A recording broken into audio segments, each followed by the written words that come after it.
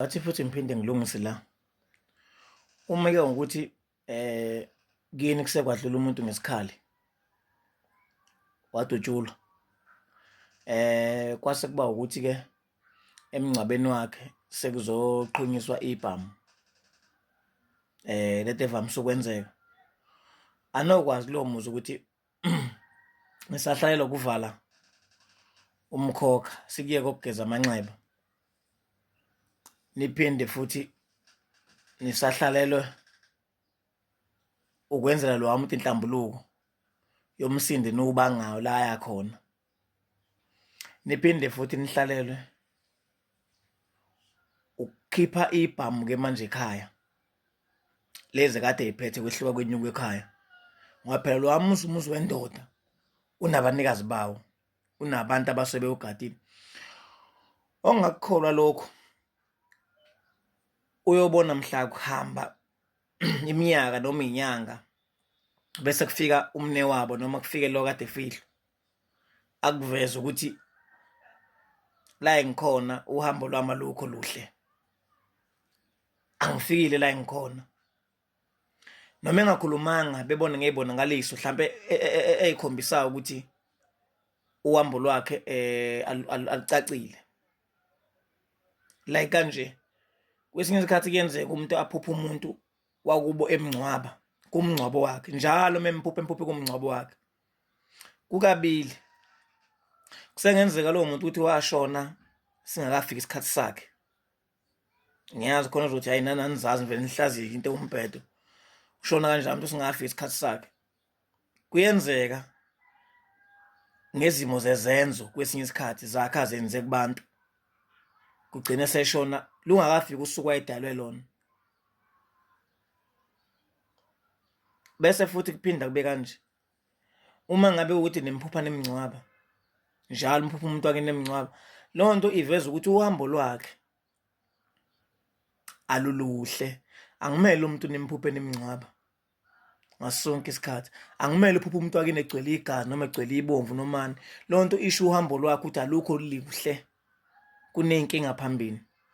Umuntu nje oseke kwaqiniswa isibhamu kubo emngcwabeni, kwakhala ibhamu lapha emngcwabeni buthaphuthaphu, akokwazi lo muntu ukuthi kusafuneka lento ayishweleze, ashwezele uhambo lwalo muntu, amxolisele kulaba bamkhula kuyona, ngoba phela kahle kahle bafowethu akekho umuntu la khona ngaphandle kwasemndenini wakubo.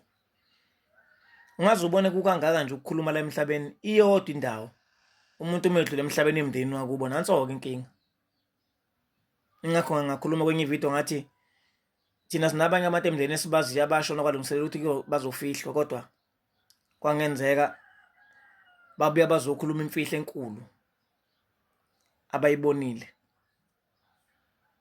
Ngisekuthenini-ke le nto yokuqhunyiswa kwebhamu yeyikhala engathi ngahlonishwa emzini yamadoda, ngoba iyimbangela futhi yokuthi kuhambe lo muntu uma esemisiwe ngalwafuwa waxoshwa athethiswa, bese ezulazula emhlabeni, ezulazula entabeni, ehlangane nomuntu la uthothi uzobanjwa inkunzi, umuntu engeze ukubulawa, abulawe kunjalo.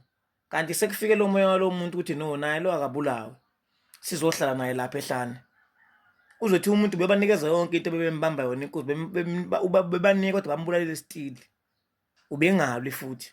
Niyibuze nithi why, kanti kunomuntu ohamba ngesikhali kwaqhonisha isibhamu, ngoba akekho umuntu osewathi mayeshone ngomese kwathiwa kuzoqetshwa omese phansi, okukhomba ukuthi le nto yokuqhunyiswa kwesibhamu umkhuba wento engekho eyabonakala yenziwa amasosha noma amaphoyisa noma ngabe kuthiwa yini labantu bomthetho. So yasithatha into isiphila kubantu, isiba sengazi ukuthi isitayela. So thina singabantu abangamaZulu, akungalokhu kwenzeka igameko engekho kahle. Mangazi ukuthi kini kusekwalunga kwaqhunyiswa isibhamu emngcwabeni kamfowenu, maningi amathuba ukuthi umphuphe kumngcwabo wakhe, maningi amathuba futhi ukuthi umphuphe ekhombisa ukuthi akafiki la yakhona. Awehle lo mkhuba ngane zakwethu, nimakhele uxolo, niphinde futhi nibulale imbuzi okukhipha lezi ibhamu ey'gcwele ey'suke zingeniswe ekhaya, zingeniswa uba lapho kusuke kuwumngcwabo, kodwa abantu basuke bezulazula behla benyoba bephethe ibhamu zabo. Niyiqaphele kakhulu leyo bafowethu, iyalenza uhambo lo muntu lungacaci, bese bethi vuka bafu ilwele, vuka bafu ikhulumele. Uzoyikhulumela kanjani lo muntu lapho efike wamiswa?